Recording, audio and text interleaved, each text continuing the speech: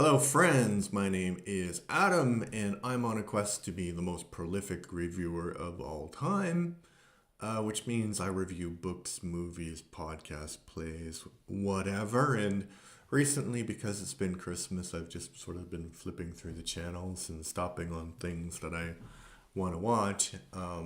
So, yesterday was Christmas Day, so my kids were over, and my daughter was putting together this Lego flower thing that I got her for Christmas.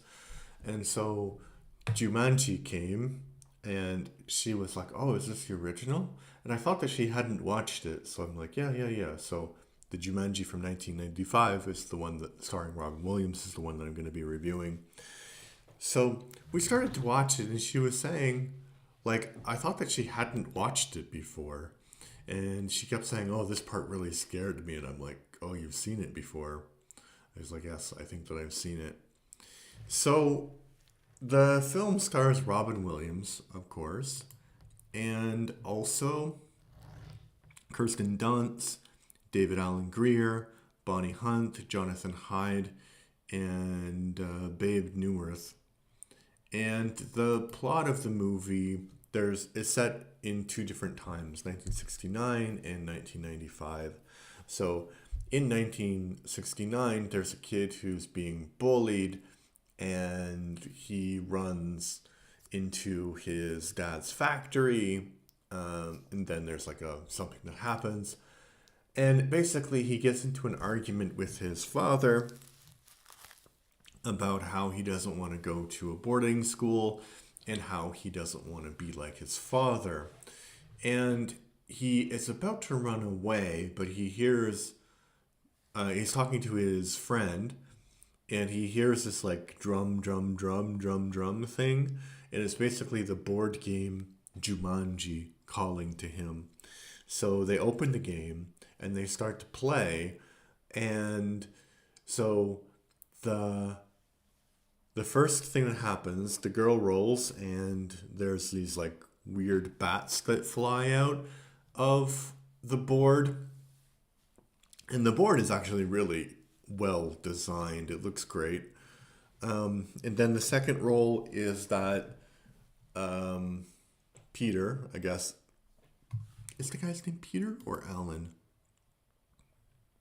No, the guy's name is Alan. The character's name is Alan. So Alan rolls some number, and the message of the board says, "Unless another player rolls a 2 or an 8, you are stuck." But his friend, like, so he gets sucked into the game, which is really crazy. And his friend's like watching this, like, "Oh my God, that's insane." And she runs away, basically. So he gets sucked into this board, and she runs away. And that's when that part of the story finishes. So then we fast forward to 1995, where these two kids, who are played by Kristen Dunst and um, I don't remember the other person's name, but anyway, their names, the characters' names are Judy and Peter. That's why I was confused. So Judy and Peter, and they have moved into the huge parish mansion with their guardian, who was played by BB Newirth. And it's interesting. So BB Newirth is probably most familiar for her role as Lilith, the ex-wife of Frasier from Cheers and Frasier. And it's really odd how typecast she was, because in this movie she plays somebody who is like really caring and, maybe a bit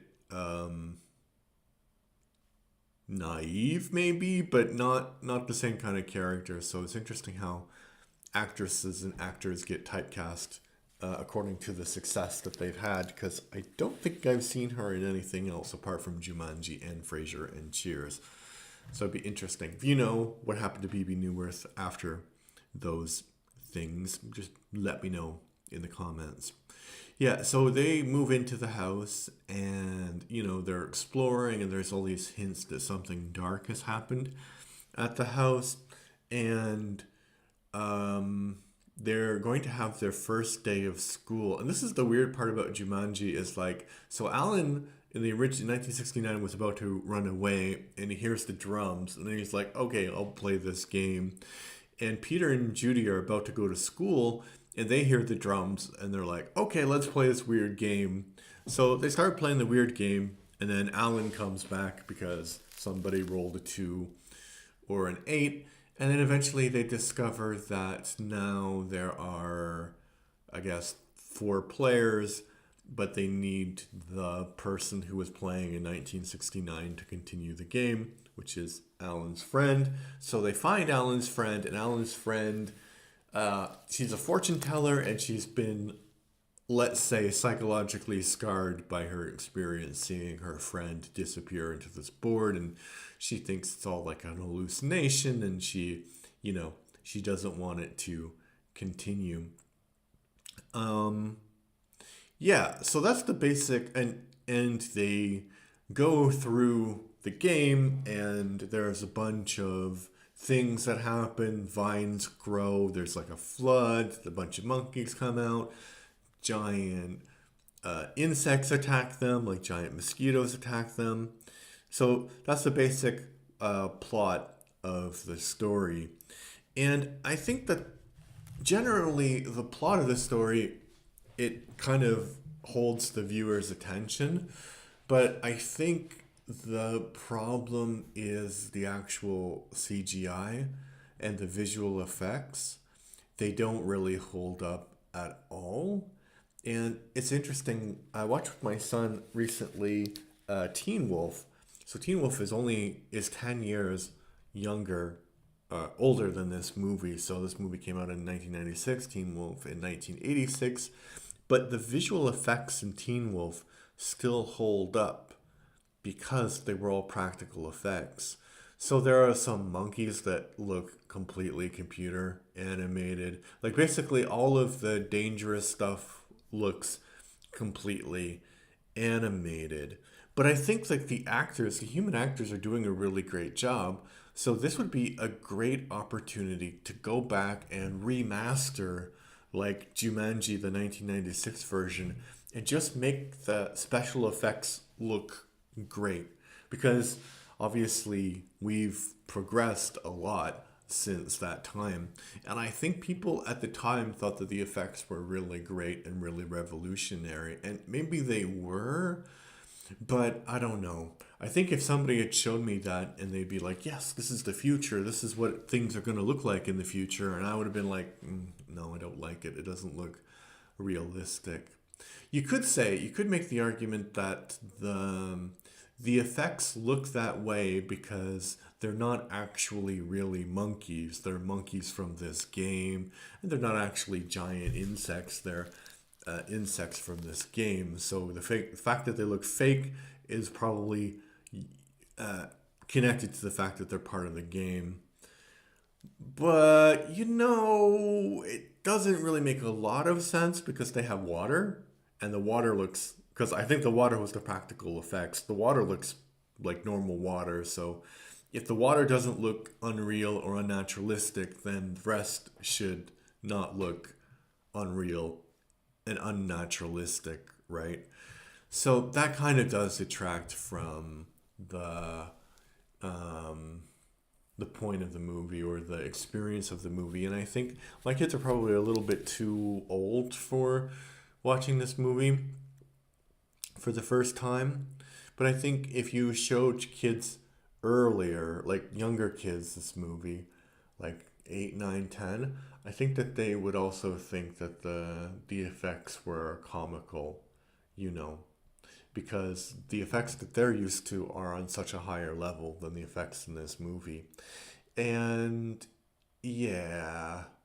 And it's interesting because the movie got mixed reviews when it came out because people were saying, yes, this is too dramatic, too horrible for kids because, one guy gets locked in this game for 25 years and the kids are in constant peril and danger. But I think the danger of the film, I mean, there are moments, like especially when the water happens, where you do think, oh my God, this is dangerous, they're gonna die. But when the monkeys come out, you're like, oh, those look like fake monkeys. So I think nowadays it doesn't seem so, dramatic or dangerous for uh, a modern eye, I would say. But yeah, I don't know if they would ever do that, but it would be great to have Jumanji with modern special effects where the monkeys actually look like terrifying monkeys. I mean, they're terrifying in a way, but they're not realistic. They don't look like real things that exist in the real universe, if you know what I mean. Um, there's not much to say about the acting apart from what I mentioned, BB Newmark's character. So Robin Williams does uh, it's a really restrained performance. And when he was up for the role, so originally they sent him the script and the first draft, and he was like, "No, I don't like it. I'm not going to do it." And then they sent him another draft, and then the person that they hired, either for the producer or the director, said something like they didn't want to hire him because they were afraid that he would improvise too much, because clearly this is a story that is like really plot driven, so you need the the focus on what's happening. And I think that Williams's character is not actually a funny character. In this, it's a tragic character, and some of the way that he says the lines are quite chilling. Like there's one part where the kids are like, "Oh, we don't need your help," and he's like, "Yeah, you don't need my help because there are these monsters and you might die. Yeah, you don't need my help actually." But the way he says it is much more dark and sinister than my delivery. So it's a really good performance. It's one of maybe Robin Williams's more subtle performances, because generally people think about Williams as being like this brilliant comedic actor or a brilliant dramatic actor, and they don't really think about his roles, which kind of fall somewhere in between, like this one. And I haven't seen it in many, many years, but like 1 Hour Photo as well. So that's a horror movie where he stars as some kind of psychopath. So he did have like this incredible range as an actor. And here he's got a dark side, a dark undertone. Um, yeah, which is not that funny because he is basically dealing with a lot of trauma. And I think that the movie ends in a quite nice way for the characters. And I think like the ending is actually the funniest part. And I won't tell you what happens if you haven't seen it, but there's this one funny part where they um, uh, so basically Robin Williams' character and his friend get married when they grow up, but they kind of remember what happened in Jumanji, but they've lived their life since 1969, and they meet the kids, Peter and Judy, basically, who have no idea what happened because it didn't happen in their reality. But it's an interesting interaction. So if I was going to give it a score out of 10, I'd say like 7 out of 10. It would be much better. The score would be higher if the effects were better. All right, but what did you think? Let me know in the comments. I am trying to get to 200 subscribers by the end of January. I have 189. So please like and subscribe. Thank you. And if you're listening on Spotify, please follow the podcast as well. All right. Thank you. Bye bye.